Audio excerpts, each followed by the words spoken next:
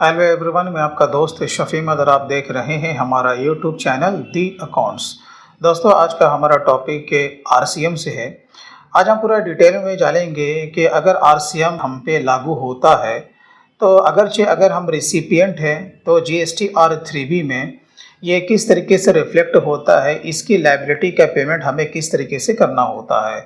और अगर हम सर्विस को प्रोवाइड करते हैं या गुड्स को सेल करते हैं और वो आरसीएम को अट्रैक्ट करता है तो जीएसटी-आर 1 में हमें इसे किस तरीके से दिखाना होता है। तो ये मैं आज आपको बिल्कुल ही लाइव करके दिखाने वाला हूँ। इसलिए दोस्तों, पूरी जानकारी के लिए आप हमारे साथ एंड तक ज़रूर बने रहें। और अगर आप हमारे चैनल पे पहली बार आएँ तो प्लीज़ आप हमारे चैनल को सब्सक्राइब ज़रूर कर लें, क्योंकि मैं हमेशा इस तरह का वीडियोज़ लेकर के आता रहता हूँ। तो चलिए दोस्तों, आज का वीडियो हम लोग शुरू करते हैं। तो यहाँ पर आपको स्क्रीन पर दिख रहा होगा आरसीएम। सबसे पहले हम लोग कि इसके बारे में समझते हैं कि एक्चुअल में आरसीएम होता क्या है। इसका फुल फॉर्म होता है रिवर्स चार्ज मैकेनिज्म। इसको अगर एक के सेंटेंस में समझा जाए तो इसका मतलब ये होता है कि अगर जे सेलर आपको कोई माल सेल करता है या फिर आपको कोई सर्विस प्रोवाइड करता है तो वो आपसे जीएसटी चार्ज नहीं करेगा, राइट। तो जीएसटी जब वो चार्ज नहीं करेगा तो हम एज ए रिसिपिएंट या परचेजर हमने जीएसटी का पेमेंट तो किया नहीं। तो गवर्नमेंट कहती है कि सेलर को हमने इससे बाहर रखा है। अब जो परचेजर है, रिसिपिएंट है, उसकी जिम्मेदारी होती है कि वो उस सेलर के बदले में उस पार्टिकुलर गुड्स, उस पार्टिकुलर सर्विस के ऊपर जीएसटी का पेमेंट करे और फिर जीएसटी-आर 3B में उसका अपना आईटीसी भी क्लेम कर ले। इसी कॉन्सेप्ट को कहते हैं रिवर्स चार्ज मैकेनिज्म। तो इसके लिए गवर्नमेंट ने कुछ सेक्शन को भी दिया है जिसे समझना हमारे लिए इम्पोर्टेंट है। तो चलिए, द लायबिलिटी टू पे टैक्स बाय द रिसिपिएंट, ये तो समझ में आया। हाँ भाई, रिसिपिएंट की यहाँ पर लायबिलिटी बनती है टैक्स को पे करने की। किस लिए भाई? Of the supply of goods और सर्विसेज, दोनों का। अब मन में एक सवाल ये आता है कि कौन कौन से हम गुड्स को बाय करेंगे, कौन कौन से हम सर्विसेज को बाय करेंगे जिसके के ऊपर आरसीएम लागू होता है। इसके लिए गवर्नमेंट ने कहा कि आपको सेक्शन 9 सबसेक्शन 3 और सेक्शन 9 सबसेक्शन 4 को पढ़ना पड़ेगा। अगर हम सेक्शन 9 सबसेक्शन 3 की बात करते हैं तो गवर्नमेंट ने पहले से ही इस सेक्शन में नोटिफाई कर दिया है, पहले से ही ये बता दिया है कि भाई देखो, ये सारा सर्विस का लिस्ट है और ये आपका सारा गुड्स का लिस्ट है।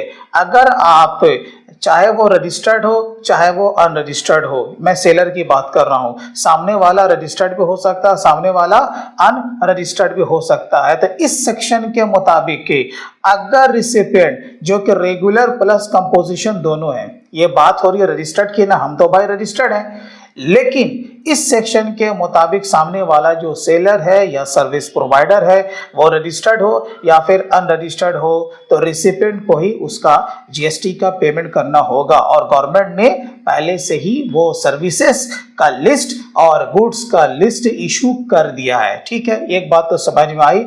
और ये जो सेक्शन 9 सबसेक्शन 4 है, इसमें केवल और केवल अनरजिस्टर्ड ही आता है।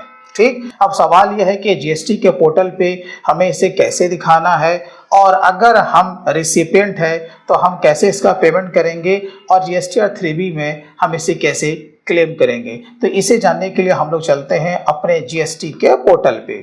तो ये हम लोग आ चुके हैं अपने जीएसटी के पोर्टल पे, आपको लॉगिन कर लेना है। अब जैसे कि अगर मैं सेलर हूँ, ठीक है, मैं मान लेता हूँ कि मैं जीटीए वाला हूँ या फिर मैं एडवोकेट साहब हूँ और मैं रजिस्टर्ड हूँ। मैं क्या हूँ? रजिस्टर्ड। तो जिसको भी मैंने सर्विस दिया है तो ऑफ कोर्स मैं उसे जीएसटी-आर 1 में दिखाऊंगा। ठीक, तो उसे कैसे दिखाना है, चलिए इसके लिए हम लोग सीधा चलते हैं डैशबोर्ड पे। यहाँ पर आपको दिख जाएगा फाइल रिटर्न्स। चलिए, जो भी आपका क्वार्टर है वो आपको सेलेक्ट कर लेना है। चलिए, मैं यहाँ पर सर्च पे क्लिक कर रहा हूँ। आपका मंथली भी हो सकता है और क्वार्टरली भी हो सकता है। अब जैसे कि यहाँ पर मैं अभी आपको डेमो देने के लिए आईएफएफ में आया हूँ, ठीक है, तो यहाँ पर आपको ऑनलाइन दिख जाएगा। चलिए देखिए, जब आप लोग जीएसटी-आर 1 में आते हैं तो कई सारे टेबल आपको दिखते हैं। तो मैं आईएफएफ में हूँ, तो यहाँ पर हमारा B2B दिख ही रहा है। चलिए, आपको इसके अंदर आ जाना है, ऐड रिकॉर्ड पे आपको क्लिक कर देना है। चलिए, सामने वाला ऑफ कोर्स रजिस्टर्ड है, तभी तो हम लोग B2B में आए हैं ना। तो यहाँ पर आपको सामने वाले का GST नंबर को पुटअप करना है, टैब मारेंगे, ऑटोमेटिक उसका सारा नाम वगैरह यहाँ पे आ जाएगा। अब आपका जो भी इनवॉइस नंबर है, सपोज मैंने 105 ले लिया, मैंने इनवॉइस का डेट लिया। अब यहाँ पर जो हमारा टोटल इनवॉइस का वैल्यू है, मैं मान लेता हूँ कि 10,000 रुपया है, ठीक है। अब आपको क्या करना, आगे बढ़ने से पहले, क्योंकि हो सकता है कि आप मिस न कर जाएं, तो आपको पहले से ही ये वाला जो यहाँ पर ऑप्शन दिया हुआ है ना, सप्लाई अट्रैक्ट रिवर्स चार्ज, आपको इस पे चेक मार्क कर देना है, ठीक है। अब आपको क्या करना है, नीचे आ जाना है। जैसे कि आप जो चार्ज कर रहे हो वो 10,000 रुपया। अब इसमें कुछ अगर आपका कोई फिगर अलग से इंक्लूड नहीं है जिसके के ऊपर GST चार्ज करना है, वो फाइनल यही फिगर है, यानी कि 10,000 है। अब जिस रेट के लिए ये एप्लीकेबल है, सपोज अगर आप एडवोकेट साहब है, जैसे कि मैंने कहा है कि अगर आप अपना GSTR 1 का रिटर्न फाइल करते हो तो इस पे आपका 18% का GST लागू होता है, तो 10,000 आपको यहाँ पे दे देना है और आपको सेव कर लेना है। तो क्या होगा, जब आप GSTR 1 का रिटर्न सक्सेसफुली अपलोड आप कर लोगे तो आपके ऊपर जो कि ये 1800 रुपये की जो टैक्स की लायबिलिटी है वो नहीं बनेगी। वो किसके ऊपर बनेगी, रिसिपिएंट के ऊपर, जिसको कि हम लोगों ने सर्विस दिया है, ठीक है ना। तो इस तरीके से आपको क्या करना है, अपने GSTR 1 रिटर्न को बना करके अपलोड करना है। अब जो इसके अलावा मोस्ट इंपॉर्टेंट है कि अगर हम रिसिपिएंट है तो हम इसे किस तरीके से कंसीडर करेंगे, इसे जानना बहुत ही ज़रूरी है। और वो इसलिए भी ज़रूरी है कि चलो रजिस्टर्ड है तो वो तो रिफ्लेक्ट हो जाएगा GST के पोर्टल पे, लेकिन अगर अनरजिस्टर्ड है तो फिर वो कैसे दिखेगा और हम इसे कैसे कंसीडर करेंगे अपने GSTR 3B की रिटर्न में। तो GSTR 3B का रिटर्न फाइल करने से पहले आपको क्या करना है कि 2B में आना है। जैसे कि आप लोग 2B में आते हैं तो यहाँ पर आप लोग व्यू में जाते हो ना, चलिए देखिए, जब स्क्रॉल करके जब नीचे जब आप लोग आएंगे तो यहीं पर आपको एक कॉलम दिख जाएगा, inward supply liable for reverse charge, वो आपको यहीं पर दिखना शुरू हो जाएगा। जैसे ही उसने GSTR 1 को अपलोड किया आपके सप्लायर ने, तो वही आपका ऑटो पॉपुलेट होकर के आपको वो यहाँ पर दिखना शुरू हो जाएगा। तो इसका ये माने हुआ कि 2B में तो वो रिफ्लेक्ट हो गया, आपको तो पता चल रहा है। और जब तक आप इसका टैक्स पेमेंट नहीं करेंगे तब तक आपका GSTR 3B का रिटर्न आपका फाइल नहीं होगा, ठीक है ना, क्योंकि आपको पता है कि इसका एडजस्टमेंट आपके ITC से नहीं हो सकता, इलेक्ट्रॉनिक कैश लेजर से आपको पेमेंट करना पड़ेगा। तो यहाँ पर जो दिखेगा यही आपका डेटा ऑटो पॉपुलेट होकर के कहाँ चला जाएगा, GSTR 3B के RCM वाले कॉलम में, ठीक है। चलिए, ये बात तो समझ में आई कि हाँ ये रजिस्टर्ड था तो ये मुझे तो दिख गया, लेकिन अब अगरचे अनरजिस्टर्ड है तब आप क्या करेंगे। चलिए, अब इसके लिए मैं आपको बताता हूँ कि आपको क्या करना है। अब हम लोग जाते हैं फाइनली 3B में। देखिए, तो आपको कहाँ जाना, ये जो पहला वाला है ना 3.1, आपको इसमें आना है।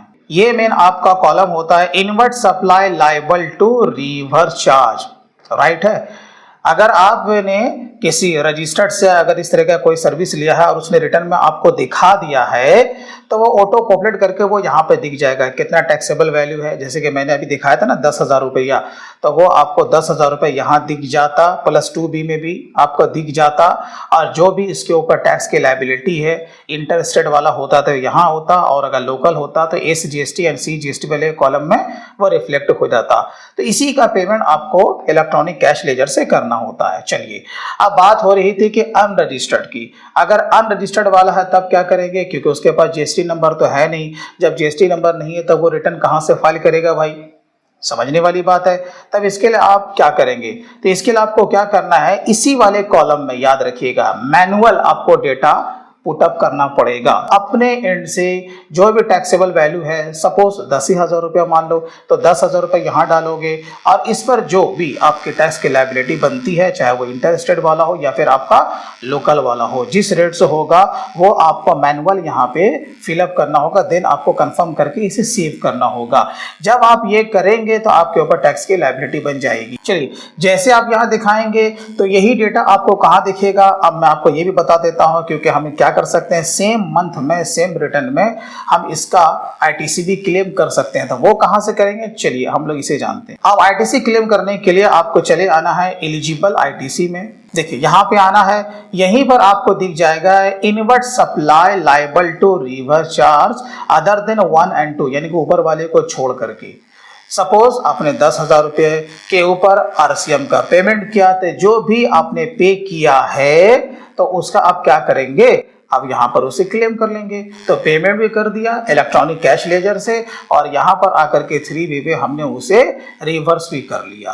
तो दोस्तों इसी तरीके से अगर आप पूरा डिटेल में मुझसे अगर आप GST, TDS, TCS, income tax and payroll के बारे में सीखना चाहते हैं तो आप हमारे ऑनलाइन कोर्स को भी आप ज्वाइन कर सकते हैं।